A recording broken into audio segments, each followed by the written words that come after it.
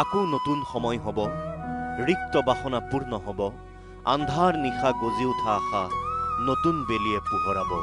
নতুন বেলিয়ে পোহৰাব। নতুনৰ পদূলিত জীৱনৰ সংকল্প। সকলোলৈকে নৱবৰ্ষৰ অলেখ শুভকামনাৰে 2019 বৰ্ষৰ এক্সকিউজ মিৰ প্ৰথমটো খণ্ড আমি আপোনালোকলৈ আগবঢ়াইছো। এই খণ্ডৰ জৰিয়তে আমি লগ পাম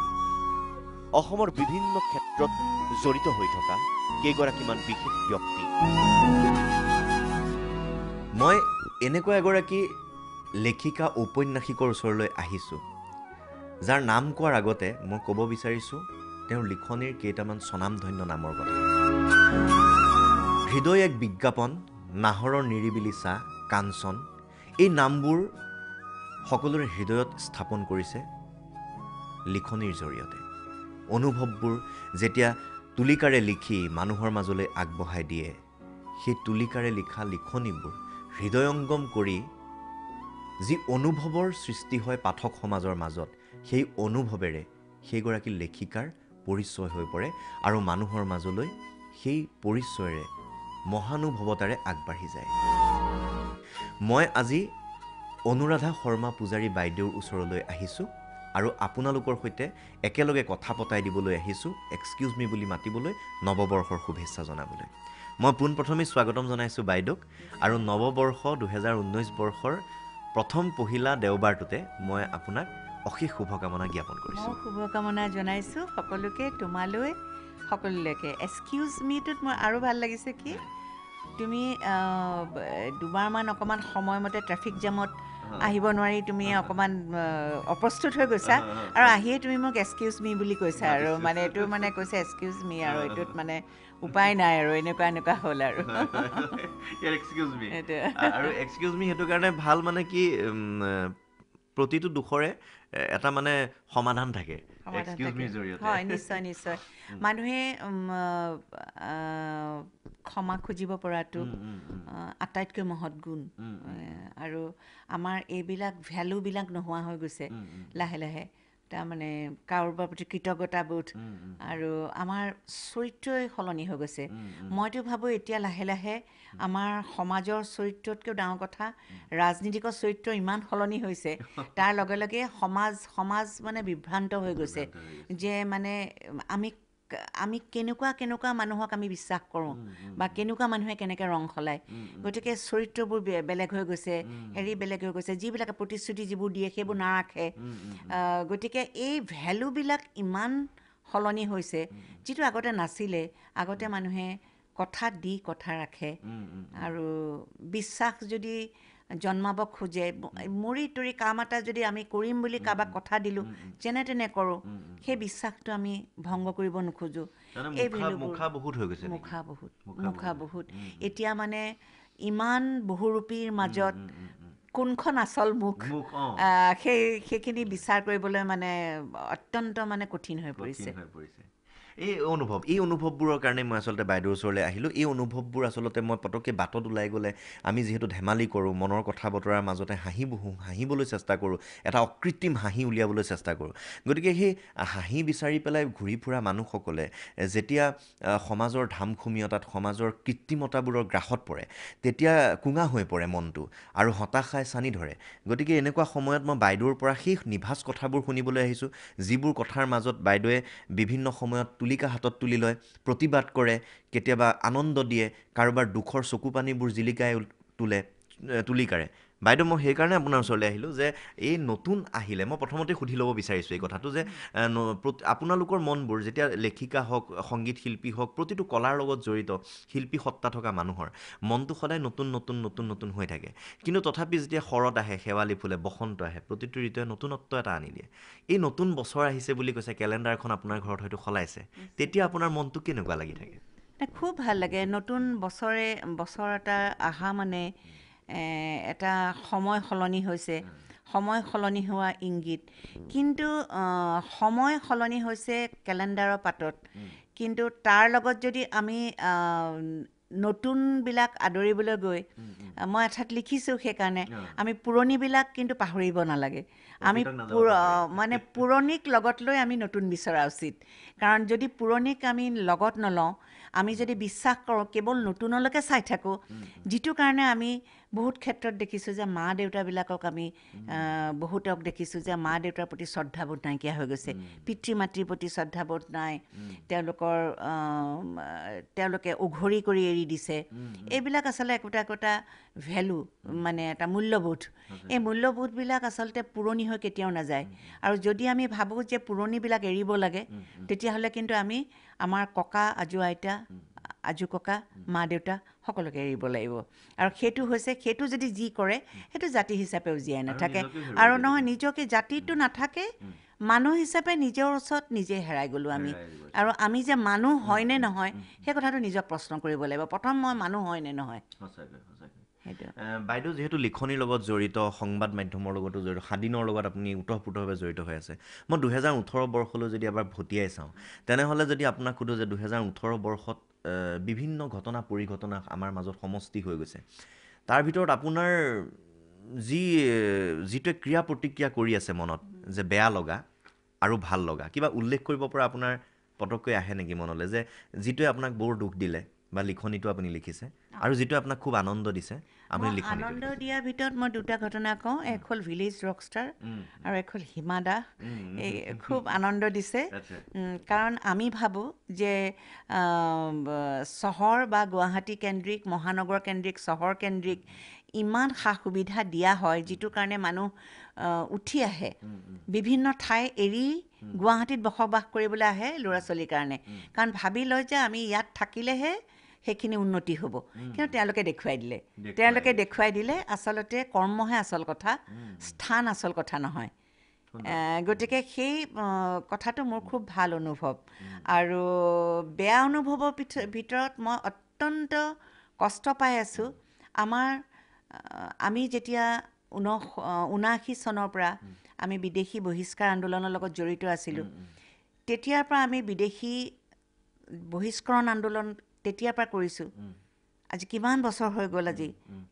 সেই গোটেই কেইবছৰৰ ভিতৰত আমি এই প্ৰচেছটোতে লাগি ধৰিলোঁ বিভিন্ন আঞ্চলিকতাবাদী দল আহিলে অন্যান্য কংগ্ৰেছ দল আহিলে আমাৰ তাৰপিছত বিজেপি আহিলে কিন্তু সমাধানটো নায়েই নহ'লে এইখিনি লৈয়ে কিন্তু আমাৰ দ্বিতীয় প্ৰজন্ময়ো আকৌ ভুগিব লাগিব আজি এই কথাখিনিকে আমাৰ প্ৰজন্মৰ পিছত প্ৰজন্মই আমি বিদেশীটো খেদাৰ কথা নায়েই বৰঞ্চ এতিয়া আমি সেইখিনিক আকৌ আমি সেইখিনিৰ যিটো স্থাৱৰভাৱে ৰাখিবলৈ যোৱা হৈছে সেই আমাৰ যিখন বিল নাগৰিক সংশোধনী বিল সেই সংশোধনী বিলখনৰ কথা যিখিনি আমাৰ প্ৰধানমন্ত্ৰীয়ে যেনেকৈ কৰি থৈ গুচি গ'ল তাৰ পিছৰ পৰা আচলতে এনেকুৱা লাগিলে যে আমি জাতীয়তাবাদী নেতাসকল যিসকলক আমি এসময়ত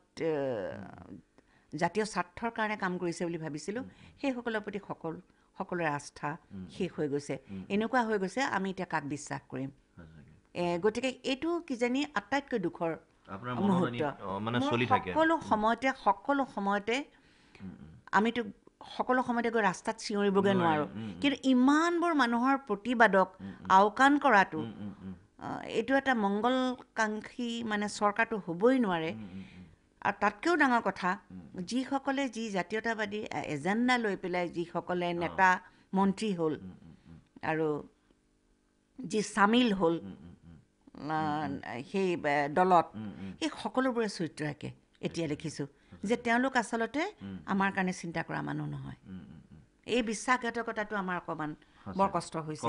এইটো মানে কষ্টদায়ক মানে 18 কষ্ট দিছে 19ত আৰু কষ্ট বাঢ়িছে আৰু দুখ লাগিছে যে ইয়াৰ পিছত আমাৰ যিটো প্ৰজন্ম সেই পিছৰ প্ৰজন্মখিনিয়ে অসমত থাকিবনে তেওঁলোক ইমান তাৰপিছতো এইখন জ্বলিবলৈ আৰম্ভ কৰিব আকৌ আগৰ নিচিনাকৈ ইয়াততো কাম নহ'ব নানা ধৰণৰ বিভেদকামী শক্তিবিলাক সোমাই যাব এতিয়া মানে একেবাৰে অন্ধকাৰ দেখিছোঁ গতিকে সেইটোৱে ভৱিষ্যতটো গতিকে সেইটো কাৰণে এটা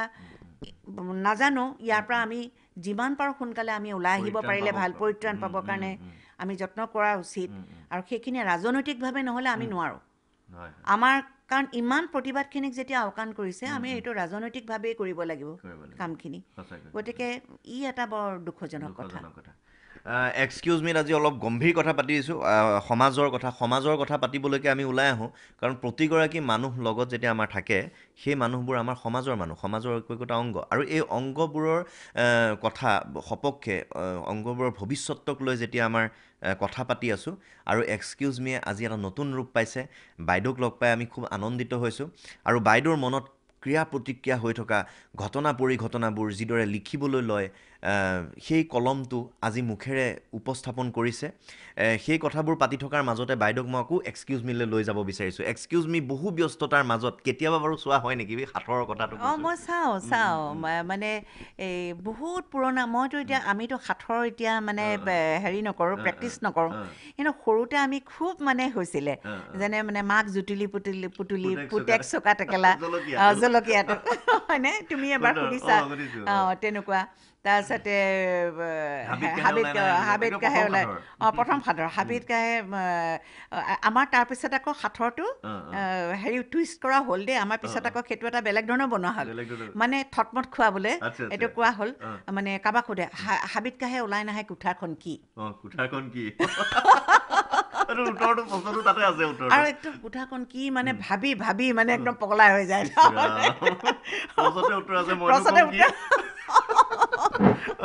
এনেকুৱা হয় এই বোলে ইয়াতে মাৰিলো তিবা গড়গাঁও পালেগৈ সেইটো আগতে ভূমিকম্প গৈছিল এতিয়া আকৌ ৰাইজে কয়তো টেলিফোনটোহে টিপাটো মাৰিলে গড়গাঁও পায়গে এনেকুৱা এইটো এতিয়া মই আপোনাক এটা বেলেগ এটা ক'ম দেই এতিয়া যিহেতু এই পৰিৱেশটোৰ মাজত আছোঁ এক্সকিউজ মি কথা এটাও পাতি দিওঁ সেইটো কাৰণে মোৰ এটা মানে 3টা আখৰৰ এটা শব্দলৈ মনত পৰিছে শব্দটোৰ আকৌ যিটো প্ৰথম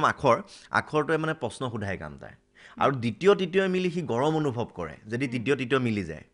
এতিয়া 3টা আখৰ মিলি কি মোৰ নাম এতিয়া শব্দটোৱে কৈছে কি মোৰ নাম এতিয়া মই মানে সেইটো কাৰণে ডাইৰেক্ট আমাৰ ৰাইজে চাই আছোঁ অসমৰ ৰাইজে এইবাৰ কিন্তু মই অনুৰাধা বাইদেউক লৈছোঁ দ্বিতীয় শব্দটোৱে তৃতীয়টো যদি মিলি যায় তেতিয়া গৰম অনুভৱ কৰিব আপুনি তৃতীয় গৰম প্ৰথম চাব লাগিব গৰমৰ বিকল্প শব্দ কি প্ৰথম কথা গৰমৰ বিকল্প শব্দ তাপ অকমান আহিয়ে গৈছে নেকি আৰু প্ৰথমটোৱে প্ৰশ্ন সোধে কিতাপ সুন্দৰ আপোনালৈ অশেষ ধন্যবাদ আৰু কিতাপটোৱে হৈছে শুদ্ধ উত্তৰ আৰু কিতাপটো ক'ব পাৰিবই লাগিব বাইদেৱে যিহেতু কিতাপ আৰু অনুৰাধা শৰ্মা পূজাই এটা মুদ্ৰা ইপিঠি গতিকে বাইদেউ আপোনাৰ মুখতে কিতাপটো একদম শুৱনি হৈছে আৰু বাইদেউলৈ মই কি দিম এতিয়া জানেনে নতুনৰ দিনত মানে আপোনালৈ মই একাপ চাহ নহ'ল কিন্তু চাহ খোৱা পাত্ৰটো এই পাত্ৰটো মই আপোনালৈ দিছোঁ আটাইতকৈ ভাল পাওঁ চাহ খাই ভাল পায় আটাইতকৈ চাহ খাই আৰু মই চাহৰ কালেকশ্যনো বহুত আছে বেলেগ মানে হেৰি কোনোবাই খেতি কৰি পেলাইও দিয়ে আৰু মোলৈ পঠায়ো চাহপাত সেইকাৰণে সেই পঠায় আৰু কিমান খায় এনে পৰিমাণটো ৰাতিপুৱা মই গ্ৰীণ টি এনেকুৱা একদম ইমানটোৱে আৰু একাপ খাওঁ ইয়াতকৈও ডাঙৰ সেইটোৱে একাপ খাওঁ তাৰপিছত মোৰ দিনটো চলি থাকে যিয়ে চাহ দিয়ে সেই সিমানে খাওঁ যিমান দিয়ে সিমান খাওঁ কেতিয়াবা এই সাংঘাতিক এইটোৱে মই আটাইতকৈ এইটো লগৰী থেংক ইউ ভেৰি মাছ খুব ভাল লাগিলে নতুন বছৰত আপোনাৰ এই একাপ চাহ কাপ দিব নোৱাৰিলোঁ চাহ কাপটো দিছোঁ আৰু এইটোতে চাহো বাকী মই তোমাকো খুৱাম দিয়া তোমাৰ এইটোত কাপত মই খাম তোমাক বেলেগ দিম আৰু বাইদেউ এই সময়খিনি পোৱাৰ কাৰণে মই অত্যন্ত সুখী ভাল লাগিছে আৰু বাইদেউক লগত কথা পাতি থাকিব মন গৈছে সেইকাৰণে নতুন দিন যিহেতু নতুন কথা এটা পাতিব বিচাৰিছোঁ এতিয়া আপোনাৰ তুলিকাই কি কথা কৈ গৈ আছে ৰাইজৰ মাজলৈ নতুনৰ দিনত কিবা আপোনাৰ নতুন সৃষ্টি কলম মানে মই এতিয়াও টাইপ কৰি পেলাই মই নিলিখোঁ পেনটো লাগে সদায় কলমটো লাগে হাতত কলমটোৰেহে মই মানে লিখিব পাৰোঁ বহুতে সোধে এইটো মানে ইমান আপডেটেড কাম এতিয়াও কৰি আছা ভাল লাগে দেখোন কিছুমান হেৰি কৰে আৰু হয়তো মই পাৰিলোঁহেঁতেন কিন্তু মই সেইখিনি কৰা নাই আৰু পেনটোৱে মই কমফৰ্টেবল কিন্তু এতিয়া এখন কিতাপ আজি 4 বছৰৰ মূৰত জলছবি মোৰ শেষৰ কিতাপখন আছিলে আৰু 4 বছৰৰ পিছত মই এখন কিতাপ হ'ল কিতাপখন মানে লিখিলোঁ বুলি নকওঁ হ'লগৈ আৰু মানে হ'লগৈ বহুত দিনৰ এটা হেৰি আছিলে সেই কিতাপখন আচলতে মই মোৰ থকা যিটো ঠাই এই পাঞ্জাবাৰী ঠাইটো তাৰ ওচৰতে মোৰ পাহাৰখন আমচিং পাহাৰৰ কথাও আছে তাত আৰু তাত মই 12 বছৰে যিখিনি মোৰ পৰিৱৰ্তন আহিছে মই নিজে ইয়াত 12 বছৰ ধৰি আছোঁ 13 বছৰ হ'ল 12 বছৰে দেখা যিখিনি পৰিৱৰ্তন সেই পৰিৱৰ্তনবিলাক মই তাত লিখিছোঁ মানুহৰ কাৰণে এটা বাসস্থান অত্যন্ত জৰুৰী কিন্তু তাতকৈও ডাঙৰ কথা আমি পাহৰি যাওঁ মানুহে অকল মানুহৰ কাৰণে চিন্তা কৰোঁ জীৱ জগত পখিলাটোৰ কাৰণেও যে এটা বাসস্থান লাগে পখিলাৰ কাৰণেও লাগে আনকি আমাৰ সৰু সৰু যিবোৰ একেবাৰে কুমজেলেকুৱালৈকে মানে ভাৰসাম্যৰ কাৰণে যিবিলাক লাগে পোক পৰুৱা আমাৰ ভেকুলীটোৰ কাৰণেও বাসস্থান লাগে গছজোপাৰ কাৰণেও লাগে লতাও কোনজোপাত বগাব এইটো এটা কথা থাকে চৰাই ক'ত কণী পাৰিব চৰাইবোৰ নোহোৱা হৈ গৈছে গছ নাই কংক্ৰিটৰ মহানগৰীত গতিকে এই সকলোবোৰ লৈ এই বাসস্থানৰ যিটো ক্ৰাইচিছ সেইখিনি লৈ আৰু তাৰ লগে লগে মই এটা বৃহত্তৰ কথালৈ লৈ গ'লোঁ যে মই মোৰ ঘৰখনৰ পৰা দেখা চাৰিওকাষটো দেখিছোঁ হাবি জীৱ জন্তু সকলোৰে ক্ৰাইচিছটো দেখিছোঁ কিন্তু আমি বৃহত্তৰকৈ ভাবিবলৈ গ'লে আমি প্লেনেট পৃথিৱী এটা প্লেনেট সেই পৃথিৱীৰ বৃহত্তম আমি পৃথিৱীখনক আমি কিমান ক্ষতি কৰি গৈ আছোঁ তাত এটা সময়ত আমি কোন থাকিমগৈ সেই তাত প্ৰশ্নই প্ৰশ্ন সেই হেৰিখনত কিতাপখনত আৰু তাত মানে তুমি কেৱল প্ৰশ্ন বহুত পাবা আৰু তোমাৰ নিজৰ মনৰ কথাবিলাক মই ভাবোঁ মই কৈ গৈছোঁ যেন লাগিব তাত তাৰমানে মই ভাবোঁ প্ৰত্যেক চেঞ্চিটিভ মানুহ সংবেদনশীল মানুহ আৰু যিসকলে প্ৰকৃতি ৰক্ষা হোৱাটো বিচাৰে আৰু প্ৰকৃতি প্ৰেমী আৰু এখন তোমাৰ মানে অৰণ্য এখন বাঢ়িবলৈ ঠাই নাই কিন্তু মহানগৰৰ নগৰে যিটো মই শব্দ ইউজ কৰিছোঁ বকাসুৰে যেনেকৈ খায় তেনেকৈ তোমাৰ নৈ বিল জান জুৰি পাহাৰ গছ গছনি একে বকাসুৰে খোৱা দি খাইছে আৰু সেইখিনি পিছত কিন্তু আমি আমাৰ সাধাৰণ সকলো ৰাইজে দেখি আছে কিন্তু মানে আমি ভাবোঁ মই অইনে বাদ দিয়া মই যদি ভাবোঁ যে এওঁকনো মই কিয় প্ৰটেকশ্যন দিওঁ আচলতে মইতো যদি পাই গ'লোঁ তাৰপিছত আৰু মানে মই যদি এই মাটিকণ এইখিনিত পাই যাওঁ ইয়াত লাগিলে ৱেটলেণ্ডেই হওক বা গছ গছনিয়ে থাকক বা এইটো আইন বিৰুদ্ধই হওক লাগিলে প্ৰকৃতি বিৰুদ্ধই হওক কিন্তু মোক এইখিনি লাগে আৰু সেইখিনি যেনিবা মই যদি কৰিলোঁ মই কৰাৰ পিছত মই সেইখিনিক প্ৰটেকশ্যন দিবলৈ যে মই যে শুদ্ধ কৰিছোঁ তাৰপিছত মোকে দেখি আৰু এজন আহিলে যে এওঁ যদি পাৰিলে মই কেলৈ নোৱাৰিম এইখিনি জেগা মই ল'ম গতিকে এই দেইত আমি মানুহে ইমান নিজৰ অধিকাৰক লৈ আমি হেৰি হৈছোঁ কিন্তু তাৰ লগে লগে যে বনভূমি গ্ৰাছলেণ্ড নোহোৱা হৈ গ'ল একেবাৰে ক'তো ঘাঁহ নাই গৰুৱে ঘাঁহ খাবলৈ ঘাঁহ নাই জানানে আগতে গেজিং আছিলে দানা কৈছে গৰু আগতে আমাৰ আমি দেখিছিলোঁ গাঁওবিলাকত আমাৰ গৰুৱে দানা খাবলৈ আমাৰ গেজিংবিলাক আছিলে ঘাঁহৰ খেতি কৰিছিলে ঘাঁহবিলাক পৰি থাকে পথাৰখণ্ডত মেলি দিয়ে পথাৰেই নোহোৱা হৈছে ধাবা হৈ গৈছে পথাৰৰ ঠাইত হয়নে হেৰি গতিকে গোটেই আমাৰ ইকনমিটো অৰ্থনীতি লগে লগে সমাজনীতি সকলোখিনি চেঞ্জ হৈছে এই গোটেই কথাখিনি সেই কিতাপখনৰ নামটো হৈছে ইয়াত এখন অৰণ্য আছিল দেই এইখন কিন্তু মহানগৰৰ অৰণ্যৰ কথা কৈছোঁ মহানগৰে বাকীবিলাকে ইমান গ্ৰাস নকৰে মহানগৰে ৰাতাৰাতি কৰে তুমি কালি দেখা গছকেইজোপা আজি নাই কালি দেখা যদি তুমি এটা তাত দেখিছিলা যে তাত এখন বিল আছিলে সেই বিলখন হয়তো এমাহৰ পিছত দেখিবা সেইখিনি বিল নাই তাত এটা প্ৰকাণ্ড এপাৰ্টমেণ্ট উঠিলে কিন্তু কেনেকৈ সেইবিলাক পাইছে কি কথা আমি নাজানো কিন্তু অন্য যিবোৰ সভ্য দেশ সেইবিলাকত প্ৰকৃতি আৰু কংক্ৰিট মানে যিবিলাক ডেভেলপমেণ্ট সেইবিলাক একেলগে তাত পাৰ্চেণ্টেজ সমান্তৰাল পাৰ্চেণ্টেজ থাকে যে আমি মানুহৰ কাৰণে ইমানখিনি ৰাখিব লাগিব তাৰ পাছতে এইখিনি পাম কিন্তু আমাৰ ইয়াত চব অপৰিকল্পিত যাৰ যি মন গৈছে তেনেকৈ কৰি গৈছে গতিকে তাৰমানে আমাৰ পিছৰ প্ৰজন্মকে ভোগাব আমাৰ এতিয়াই পানী নাই গুৱাহাটী মহানগৰীত 2000 ফুটলৈকে খান্দিলে পানী নাই মানে ভূগৰ্ভ পানী শেষ হৈ গৈছে গতিকে এই কথাবিলাক তোমালোকৰ জেনেৰেশ্যন তাৰপিছত তোমালোকৰ পিছৰ যিটো জেনেৰেশ্যন আহিব তাহাঁতক তুমি পানী দিব লাগিব খাবলৈ দিব লাগিব না ভাল উশাহ এতিয়াই দেখিছোঁ আমাৰ বাচ্ছাবিলাকে মাস্ক পিন্ধি পিন্ধি গৈ আছে অথচ এই আমচিং অৰণ্যখন হাওঁফাওঁ আমাৰ ইয়াত আমাৰ এজন মানুহক মিনিমাম 3টা চিলিণ্ডাৰ অক্সিজেন চিলিণ্ডাৰ সমান আমাক হেৰি লাগে মানে অক্সিজেন লাগে কিন্তু আমি চব অক্সিজেন কিন্তু ধ্বংস কৰিছোঁ কৰি পেলাই কি কৰিছোঁ আমি ল'ৰা ছোৱালীবিলাকক মাস্ক পিন্ধাইছোঁ আমি এই দিনটোলৈ কিয় নিছোঁ তাৰমানে আৰু সেইখিনিৰ কাৰণে দায়ী কিন্তু আমি আৰু সেইখিনিয়ে মূল কথা লৈ এই কিতাপখন খুব সুন্দৰ মোৰ এটা কথা পটককৈ মনত পৰি গৈছে যে ভূপেন দাই কৈছিলে গানৰ মাজেৰে হতাশাই চানি ধৰা মানুহৰ মুখ মনৰ চেতাৰ কোনো শুনোতা যে নাই গতিকে এই সময়খিনি তেতিয়াই কৈছিলে তাৰপিছত আকৌ বনজিৎ তালুকদাৰৰ কবিতা আছিলে কিন্তু ভূপেন দাই কণ্ঠৰে কৈছিলে একবিংশ শতিকাৰ পঞ্চম দশকতো মই তোমালৈ বাট চাম এইটো কৈছিলে এতিয়া আপোনাৰ কথাখিনি শুনি শুনি আকৌ মোৰ ভয়ো লাগি আছে ভূপেন দা যদি একবিংশ শতিকাৰ পঞ্চম দশকলৈ সঁচাকৈয়ে বাট চাই ৰৈ থাকিলেহেঁতেন তেতিয়াহ'লে কেনেকুৱা দেখিলেহেঁতেন অসমখন আপোনাৰ দৃষ্টিত কেনেকুৱা হ'বগৈ পাৰে সেই অসমখন একবিংশ শতিকাৰ পঞ্চম দশক একবিংশ শতিকাৰ পঞ্চম দশকখন কিন্তু মই ভাবোঁ এই কিতাপখনটো লিখিছোঁ এজাক নতুন বতাহ বুলি সেই নতুন বতাহজাক যদি আহে তেতিয়াহ'লে সলনি হ'ব আৰু নহ'লে কিন্তু কংকাল হৈ যাব শ্মশান হৈ যাব আৰু সেই নতুন বতাহজাক মানে এতিয়া লাহে লাহে দেখিছোঁ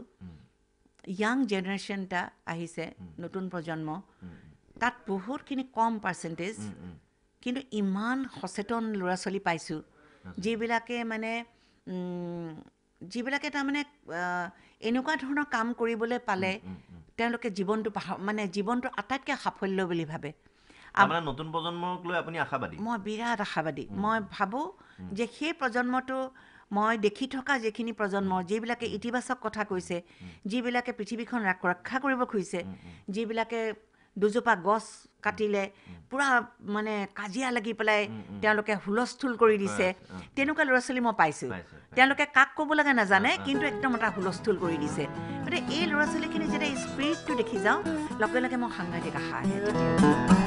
এয়া আছিল অনুৰাধা শৰ্মা পূজাৰী বাইদেউৰ কথা আৰু বাইদেউক লগ পাই খুব ভাল লাগিছে ইমান ধুনীয়া সময় আমি পাৰ কৰিছোঁ আৰু এইবোৰ কথাৰ মাজত প্ৰতিবাদ আছে এইবোৰ কথাৰ মাজত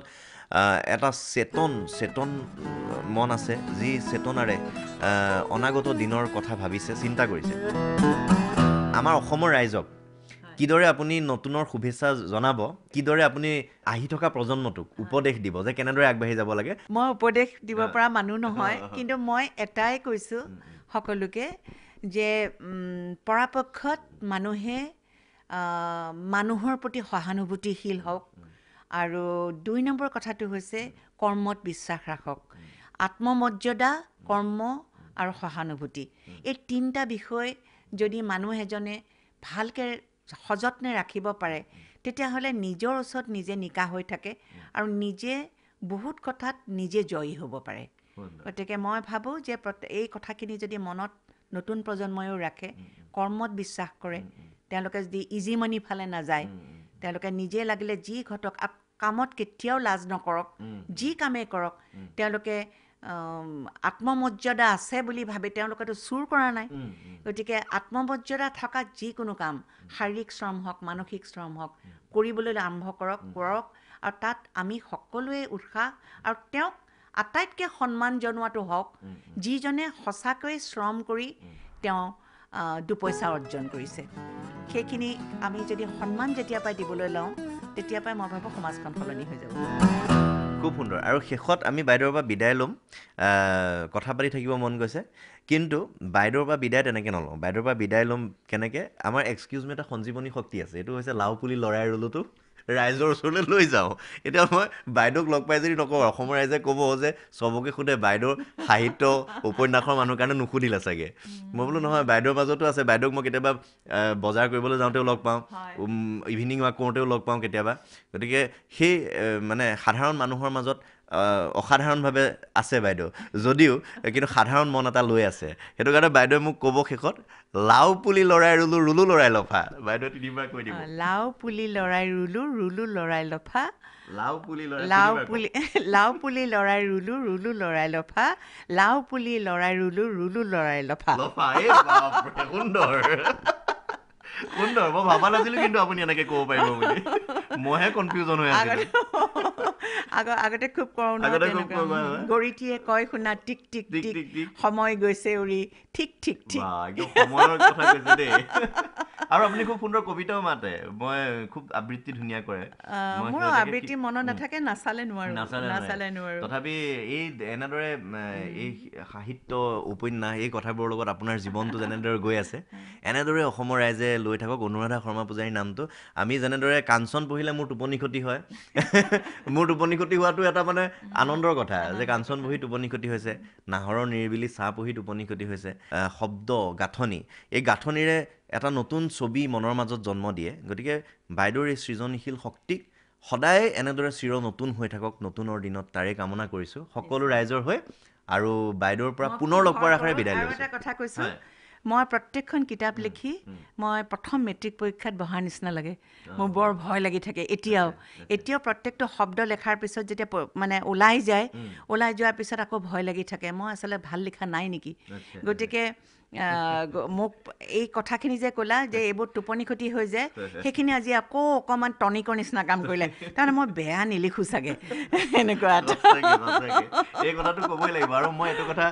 চবকে কওঁ মই বোলো মই জীৱনত কাঞ্চনখন পঢ়ি মোৰ টোপনি সঁচাকৈ মোৰ টোপনি ক্ষতি হৈছিলে আৰু মই তেতিয়া গম পাইছিলোঁ যে লিখাৰ কিমান শক্তি থাকিব পাৰে শব্দৰ কৈছা মোৰ কাৰণে সেইখিনি আশীৰ্বাদ মোৰ বহুত মানে এইবোৰ প্ৰেৰণা এইবিলাক কথাই ধন্যবাদ ভাল লাগিলে বাইদেউ পুনৰ লগ পাম আপোনাক নতুন দিনত আকৌ নতুন নতুন কথাৰে আপোনাৰ ওচৰলৈ আহিম তোমালোকো ভালে থাকা আৰু সকলোলৈকে নতুন বছৰৰ নতুন কল্পনা নতুন সৃজনী কৰ্মশক্তিৰ বাবে শুভেচ্ছা জনালোঁ পুনৰ লগ পোৱাৰ আশাৰে বিদায় লৈছোঁ